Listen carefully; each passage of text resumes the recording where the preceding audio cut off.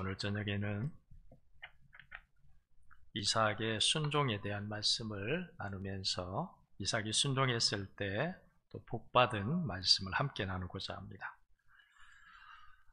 성경에는 순종이란 말이 제일 많이 나옵니다. 모든 언약에, 하나님이 주신 모든 언약에 꼭 거기에 하나님이 말씀하시는 아주 중요한 말씀이 뭐냐면 이 모든 것을 순종할 때에 이루어진다라고 하셨습니다. 아멘. 순종할 때, 아무리 좋은 선물을 우리에게 주신다고 약속했어도 하나님이 우리의 하나님이 되시기로, 선한 목자가 되시기로, 기도 응답 주시기로, 모든 승리를 주시기로 하나님이 우리에게 아무리 좋은 언약을 했을지라도 그것을 우리가 믿음으로 지켜나가지 않으면 그것이 우리의 것이 될 수 없다는 거예요. 언약이 주어졌을 때 순종하면 복이 되지만 언약이 주어졌는데 불순종하면 화가 된다고 말씀합니다. 그냥 우리가 불순종, 순종하지 않음으로 그냥 끝나는 것이 아니라 순종하지 않음에 대한 책임, 순종하지 않음에 대한 하나님의 물으심이 우리에게 온다는 거예요. 그래서 순종과 불순종은 엄청난 결과를 우리에게 가져옵니다. 아주 순종은 우리에게 큰 은혜와 복을 가져오는 열매를 가져오지만 불순종은 반대로 우리에게 하나님의 무서운 심판과 징벌과 징계가 우리에게 내려오게 됩니다. 그래서 우리가 순종이란 말을 세상의 사람들은 별로 좋아하지 않습니다. 그런데 하나님의 언약을 믿는 사람, 하나님의 말씀 속의 비밀을 깨달은 사람은 순종하라고 하는 하나님의 말씀이 얼마나 우리를 위하시는지, 얼마나 우리를 사랑하심인지를 우리가 이 순종하라는 하나님의 뜻에서 우리가 그 말씀을 발견하게 되고, 그럴 때 우리는 하나님이 우리에게 순종하라는 말씀은 정말 우리를 사랑하시기 때문이다, 정말 우리에게 하나님의 은혜와 복을 주시기 위함이다, 이 마음을 우리가 품게 됩니다. 오늘 여러분 안에 이 믿음이 있기를 축복합니다. 자, 오늘 말씀에도 보면요, 하나님이 이삭에게 이런 말씀을 합니다. 이삭이 자기가 거하고 있던 땅, 그랄 땅에 기근이 들어서 흉년이 들었습니다. 그래서 사람들이 이 이삭은 원래 그 그랄 땅 사람이 아니죠. 하나님의 명령을 따라서 이동을 하다가 그랄에 거하게 되었는데, 그런데 이삭이 그랄 땅에 거할 때 흉년이 든 거예요. 기근이 와서. 그런데 자기도 그 땅에 와서 기근이 들었는데 원래부터 살던 원주민들, 그랄의 원주민들까지도 자기 고향, 자기가 정든 땅 다 버리고 양식을 얻기 위해서 양식이 풍족하다고 하는 애굽으로 다 떠나가는 거예요. 그러니까 이삭도 자기는 원주민도 아니잖아요. 거기에 무슨 땅이 있는 것도 아니고 집이 있는 것도 아니고 이동을 하다가 그 땅에 거하게 되었는데 흉년이 들고 기근이 들었으니까 이삭은 얼마든지 쉽게 떠날 수 있어요. 집도 버리고 땅도 버리고 떠나가는 원주민들이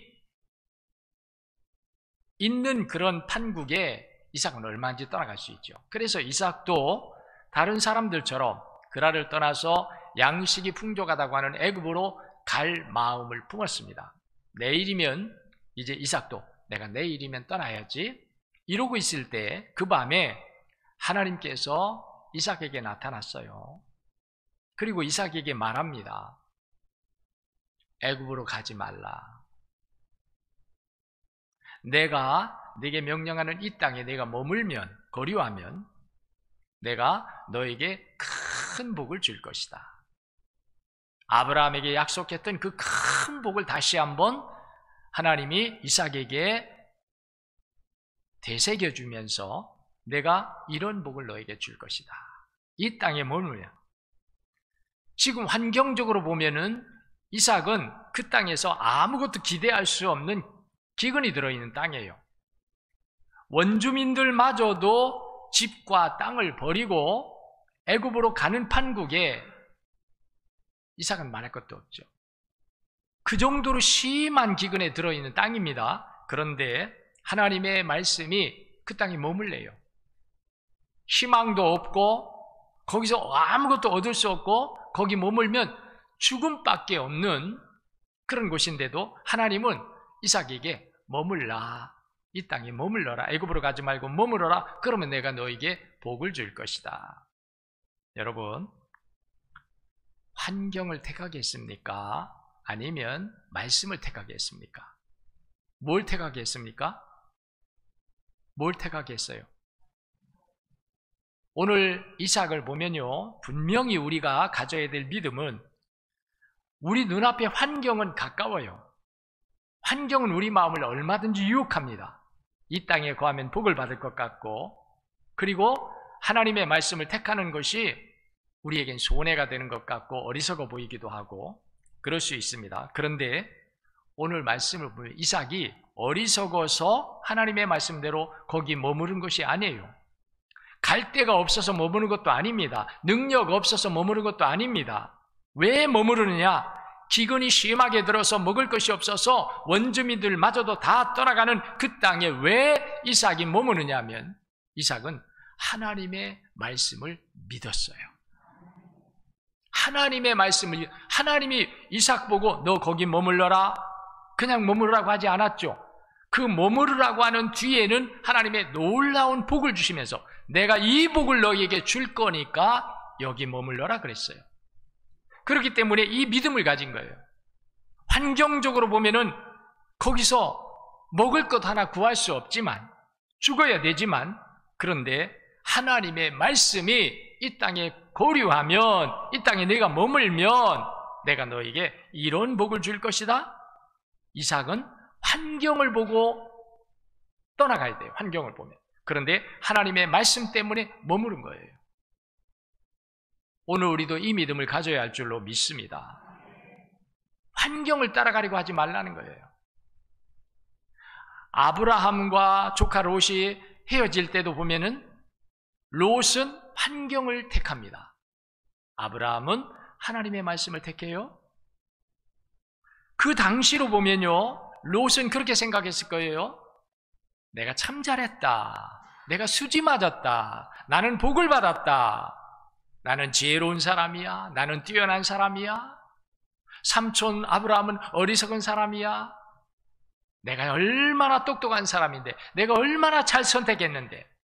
요단 동편의 비옥한 땅을 택하면서 롯은 그런 마음을 가졌을 거예요. 근데 아브라함은 그런 마음을 갖지 않아요. 아브라함은 내가 이 땅을 조카에게 양보했기 때문에 내가 이 척박한 땅을 내가 거두게 되었다. 내가 불행한 사람이다. 내가 어리석은 사람이다. 이런 마음을 갖지 않아요. 롯은 그런 마음을 가질 수 있어요. 환경을 보면서 나는 정말 지혜롭게 잘 선택했다. 복된 땅을 내가 얻었다. 이렇게 생각해요. 근데 아브라함은 내가 척박한 땅을 얻었다 하지 않아요. 무엇이 달라요? 롯은 하나님을 의지하기보다는 환경을 우선하는 거예요. 근데 아브라함은 환경을 중요시하는 것이 아니라 환경보다 더 중요한 것은 하나님의 말씀이다. 아멘. 하나님의 말씀이라는 거예요. 오늘 우리가 이 믿음을 가져야 한다는 거예요. 근데 많은 우리 그리스도인들이 보면요, 하나님의 말씀보다 환경을 따라가요. 오늘 우리가 코로나19도 그 중에 하나입니다. 환경을 따라가는 거예요. 교회 가면 안 돼. 이런 때 우리 아이들 교회 보내면 안 돼. 믿지 않는 남편들이 자기 아내에게 교회 가지 말라고 막 말합니다. 왜? 환경이 그러니까, 환경이. 그런데 그때 우리는, 제가 오늘 낮에도 계속 요즘 광고하면서 우리 조심해야 됩니다. 스스로 이제 조심해야 됩니다. 그러나 아무리 우리가 조심할지라도 내가 조심한다는 것 때문에 하나님의 말씀을 멀리하거나 하나님의 말씀을 불순종하거나 거역하거나 세상의 환경을 하나님 말씀보다도 더 중히 여겨서 나간다면 우리가 아무리 콘크리트처럼 나를 보호하려고 해도 거기에 노출될 수밖에 없고 걸릴 수밖에 없고 고통받을 수밖에 없는, 우리는 환경이 중요한 것이 아니라 환경보다 하나님의 말씀이 더 중요하다. 크게 아멘합니다. 환경보다 하나님 말씀이, 우리가 이 믿음을 오늘 가져야 한다는 거예요. 그래서 이런 믿음을 가진 사람들을 보는 거예요. 하나님이 코로나19를 통해서 보는 거예요. 환경을 따라갈래? 말씀을 따라갈래? 답이 나오잖아요. 정해지잖아요. 이삭은 하나님 말씀을 순종합니다. 그랬더니 오늘 12절 13절에 보니까 그 해에 그 땅에 머물러서 하나님의 말씀에 순종해서 머물러서 농사를 지었더니 100배의 결실을 거뒀다는 거예요. 이 100배의 결실이라고 하는 것은 우리가 숫자상으로 100배, 한 해 농사의 100배, 100년 지어야 될 농사를 한 해에 지은 이런 복으로 우리가 생각할 수도 있지만요, 여기서 100배라고 하는 것은 뭐냐면 하나님이 주시는 복을 말씀하는 거예요. 땅이 줄 수 없고 사람의 노력이나 사람의 땀 흘림으로 할 수 없는 하나님이 주시는 복, 땅과 상관없이, 형편과 상관없이 하나님이 주시는 복으로 하나님이 그에게 채우셨다는 거예요. 그가 할 수 있는 일이 뭐예요? 기근이 들어서 아무것도 농사를 지을 수 없는 그 기근의 땅에서 이삭이 할 수 있는 게 뭐가 있을까요? 없어요. 기근의 땅에 뿌려봐야 뭐예요? 씨앗을 뿌려봐야 뭐예요? 농사를 지어봐야 뭐예요? 기근의 땅에. 그런데 그래서 하나님이 100배의 복이라고 하는 것은 하나님이 땅과 사람의 수고와 노력과 상관없이, 환경과 상관없이, 기근과 상관없이 기근을 초월해서 주시는 하나님의 복을 이삭이 거기서 받게 되었다는 거예요. 왜 그랬을까요? 왜 그랬을까요? 하나님 말씀에 순종했기 때문에. 그러니까요, 저는 이 말씀을 나눌 때마다 참 너무 좋은데요, 순종하기 어려운 순종일수록 우리에게 오는 하나님의 복이 크다는 거예요.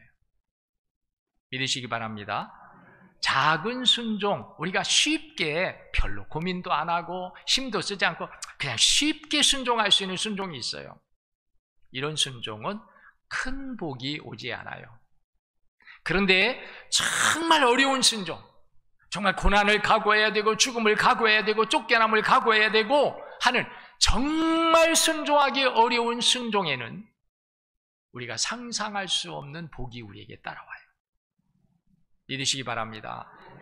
이런 걸 우리가 믿음으로 갖는다는 거예요. 그래서 우리가 어려운 순종일수록, 순종하기 어려운 순종일 때일수록 우리는 어떤 마음을 갖느냐? 하나님이 내게 내 노력으로, 내 수고로 환경과 세상이 줄 수 없는 하나님만이 주시는 이 땅과 이 환경과 상관없이 하나님 주시는 복으로 내게 채워주시려고 하나님이 내게 이런 순종을 요구하시는구나, 이 마음을 우리가 갖게 되는 거예요. 이 믿음 여러분 갖기를 바랍니다. 이 마음 여러분 갖기를 바랍니다. 그런데 이삭이요, 지금만 순종한 게 아니에요. 이삭은 아브라함이 아들 이삭을 모리아 산에 올라가서 제물로 드리려고 할 때에도 순종했어요. 이삭의 아버지가 이삭을 데리고 제사를 드리러 간다고 합니다.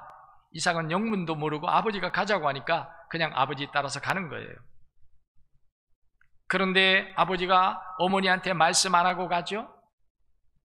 그리고는 종들을 데리고 갔는데 종들은 모리아 산 밑에 너희는 여기 머물러라, 나는 내 아들과 함께 하나님 앞에 제사 드리고 돌아올 것이다 하면서 종들도 머무르게 했어요. 단 둘이, 아버지와 이삭, 아버지와 아들, 이 둘이서 모리아 산에 올라가 제사를 지냅니다. 다 제물도 가지고 불도 가지고 다 갔어요. 이삭이 아버지를 도와서 제단을 쌓고 불도 준비하고 다 했습니다. 이삭이 아버지에게 말합니다. 아버지, 다 준비됐습니다. 그런데 제물이 없습니다. 그때에 아브라함이 뭐라고 그래요? 내가 제물이다.